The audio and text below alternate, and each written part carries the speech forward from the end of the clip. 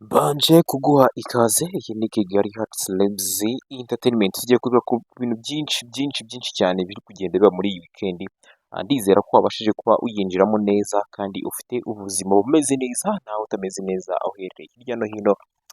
Ndizera ko uraza kumera neza, hari icyo Imana iri buze gukora. So twihuse cyane rero, nta kindi kiri kuvugwa usibye ubukwe buri kugenda buvugwa hirya no hino, ubona ko kabisa abantu muri iyi minsi bitabiriye ubukwe.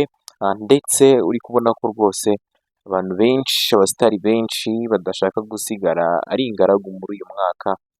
Uri kubona ko kabisa ubukwe hirya no hino buri kugenda buvugwa. Nibyo tugiye kuba tugarukaho rero, ndakugarukira ku bantu bageze kuri batatu bose, ubwo ni couple eshatu zakoze ubukwe muri iyi weekend. Cyane cyane turagenda tugaruka ku bintu byinshi bimwe na bimwe, turebe n'udushya tumwe twagiye tuvugwa nyine muri ubwo bukwe, dore ko aba bose nyine ari abasitari. So twihuse cyane rero, murabizi neza ko uwitwa Adonis ndetse n'uyu mukobwa Ketia Kamari bose nyine ni abasitari, murabizi. Uyu Adonis Jova noneho akaba by'akarusho ni umunyamerika ariko ukinira APR Basketball Club, ndetse n'uyu mukobwa ngo ni Ketia Kamari, akaba yarizwaga mu itsinda rya Mackenzie, ngira ngo mwararikunze, ribarizwamo witwa Nishimwe Naomi Miss wa 2020. Ndetse ku munsi w'ejo ku itariki 5 nibwo bagize gutya bagakora ubukwe, nyuma y'igihe kirekire bakundana. Ndetse turaza kwibanda nanone ku witwa Rwego Yves, ngira ngo reka mbanze mukwereke ku muntu utamuzi neza. Ndizera ko abantu benshi basigaye bareba filime nyarwanda. Uyu musore kabisa ngira ngo muramuzi cyane, uyu musore mwiza yitwa Rwego Yves. Ku munsi w'ejo nawe yakoze ubukwe n'umukunzi we, umukunzi we bakayitwa Sharon Nkusi, ndetse nawe bari bamaranye igihe bakundana. Abangaba by'umwihariko bari barakoze n'umurenge ku itariki 31 Nyakanga 2025. Ejo bundi ngira ngo abenshi barabibonye bamukurikirana ko uyu Rwego Yves yagiye mu murenge, ndetse bitegura n'ubukwe hafi aha. Ndetse ejo ku wa gatanu nanone akaba yarabukoreye rimwe na Ketia Kamari ndetse na Adonis Jova. Ndetse bikaba byari ibirori byiza cyane. Nabyo ndaje nkubwire udushya twinshi twabereye muri ubu bukwe. Ndetse kuri uyu munsi wa gatandatu ku itariki 6 z'uku kwezi kwa 9 2025, uwitwa Marayika nawe yagize gutya aratungurana rwose, ajya mu murenge. Ni ibintu abantu benshi nyine batari biteze, ni ibintu byabaye nk'ibitungurana kubona Marayika yagiye mu murenge. Yagiye mu murenge n'umukunzi we, kuri ubu ngubu wabaga muri leta n'ubundi zunze ubumwe za Amerika, witwa Egide Shyaka. Akaba ari we ugiye gutwara uyu mukobwa wanyu mwakundaga cyane. Ngira ngo abantu bakunda hip hop, ku bantu batazi uyu mukobwa bita Marayika, ndaje mubasobanurire, kubera ko yateye intambwe igaragara cyane cyane, afasha uruhando rwa hip hop nyarwanda, aho yakoraga ikiganiro kuri YouTube, kuri channel yitwa Apple Trend, ndetse agafasha abantu nyine bakiri kwishakisha kuba babona impano zabo nyine kuba zabonwa mu ruhando rwa muzika nyarwanda hano iwacu mu gihugu cyacu cy'u Rwanda, kubera ko yabahaga umwanya uhagije nyine bagaperforminga ku buryo burambuye kugira ngo abantu bose babashe kuba babumva. So Marayika nawe ndaje mugarukeho nkubwire ibye byose. So twihuse cyane rero, murabizi neza ko ejo ku wa gatanu aribwo twagiye tubona habaye ubukwe. Ubu bukwe ni ubwa Ketia Kamari ndetse n'umukunzi we Jova Adonis. Ndetse akaba ari ubukwe bwavuzweho ibintu byinshi cyane.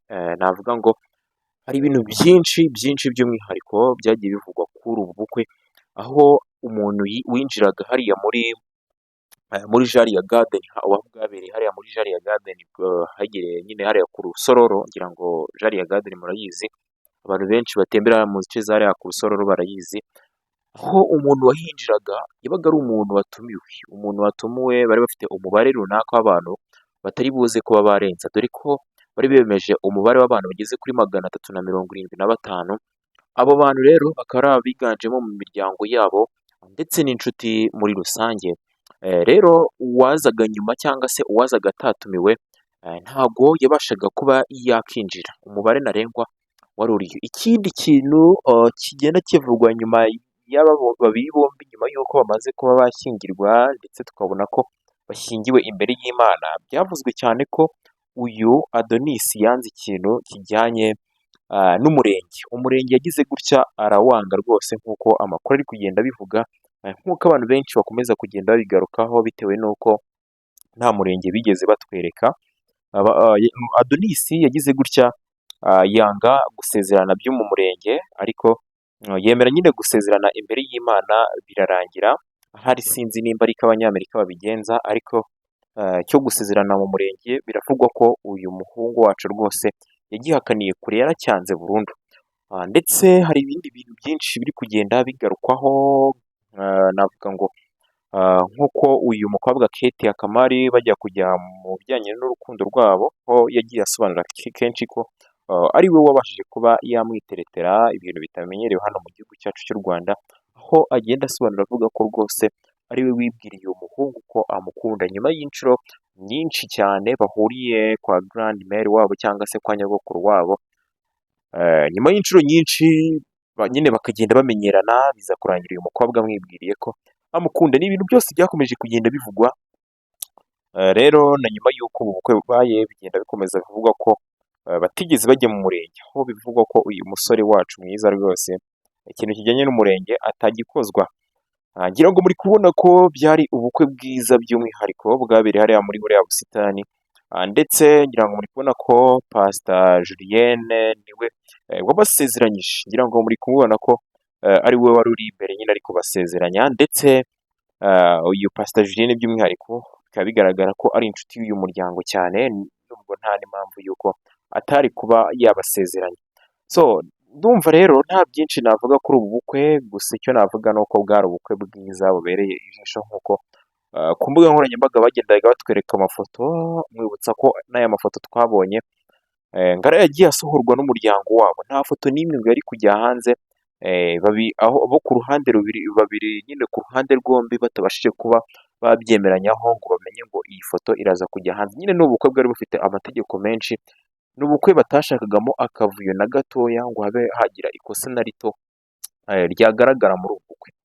Ndetse ku munsi w'ejo nanone uwitwa Rwego Yves, uyu Rwego Yves yamenyekanye muri filime nyinshi, ntabwo waba ukunda filime nyarwanda hano mu gihugu cyacu nyine ngo uba utazi uyu Rwego Yves rwose ubaye utamuzi nta filime waba wararebye, kubera ko navuga ko ari umwe mu bakinnyi bagezweho kuri ubu ngubu, aho akinana na ba Kiramani, aho akinana na ba Nyambo, aho akinana nyine na ba Soroba, bano bakinnyi bose uzwi bagezweho kuri ubu ngubu, na ba Nsabi hose. Navuga ko ari inshuti yabo, navuga ko ariho hantu nyine ubu ngubu navuga ngo arimo guhahira, nyine hariho ahantu ari gukura umugati muri iyi minsi, bitewe n'uko ari kugenda aba umusitari nyine nawe akubaka izina rikomeye cyane.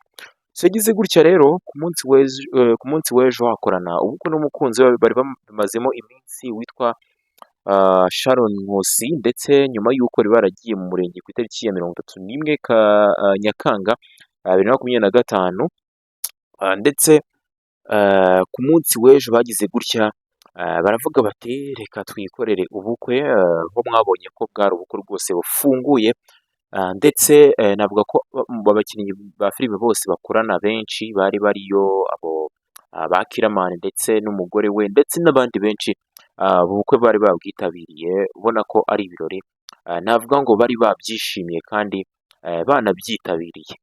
So rero navuga ngo udushya twagiye tubonekamo, dore ko uyu Yves cyane byagaragaye ko wamubereye pare ari uwitwa Junior Giti, ndetse ni ibintu byatunguye abantu benshi kubona Junior Giti rwose yamubereye pare. Ni ibintu abantu benshi nyine batari biteze, ndetse babonye ko abantu benshi babyishimiye, ndetse navuga ko hari abantu benshi b'abasitari bari baburimo, ubona ko ari ubukwe nyine abantu bishimiye. So ku munsi rero w'uyu munsi ku itariki 6 witwa Marayika nawe yagize gutya aratungurana cyane. Marayika ubundi navuga ko ari umwe mu bantu bashyize itafari rinini cyane rigaragara kuba hip hop y'uyu munsi turi kuyibona, ndetse tukabona ko ari hip hop iri kuzamo aba upcoming artist, ndetse ubona ko new generation cyane kenshi nyine uri kubona ko bari kujya muri hip hop. Navuga ko uyu mukobwa ari umwe mu bantu babigizemo uruhare kubera ko ari gukunda kugaragara cyane kuri Uptrend nyine kuri channel ye, atumira abaraperi akabaha injyana bakayiririmbiramo, nyine nimba utarigeze ubibona cyangwa se nimba warabibonye nk'amawushuka, uyu mukobwa niwe uba ubiri inyuma byose. Navuga ko ari umukobwa wakoze akazi gakomeye cyane, ndetse wanagize uruhare rukomeye cyane nyine mu kubaka izina rye hano mu gihugu cyacu cy'u Rwanda. Rero kuri uyu munsi yaje gutungurana nawe, bigaragara ko yagiye mu rukiko n'umukunzi we, aho bivugwa ko uyu mukunzi we yabaga muri Leta Zunze Ubumwe za Amerika, abo twita nyine aba diaspora, uyu Egide Shyaka, ndetse kuri ubu ngubu bikaba bigaragara ko nyine n'ubundi ahita amujyanayo kubera ko akazi ke kenshi ka buri munsi uyu musore niho hantu agakorera, so bishoboke ko wenda yahita amujyanayo. Bivuze ngo hip hop yacu cyangwa se umuziki wacu waba uhombye n'ubundi umuntu navuga ngo wayifashaga wenda cyangwa azajya yifasha mu bundi buryo, ariko urabona ko byibuze kuba yari ari n'aha byari bifitiye akamaro kanini cyane umuziki wacu, cyane cyane mu njyana ya hip hop. So nta bindi birenze rero nshaka kuvuga cyane cyane kuri izi nkuru.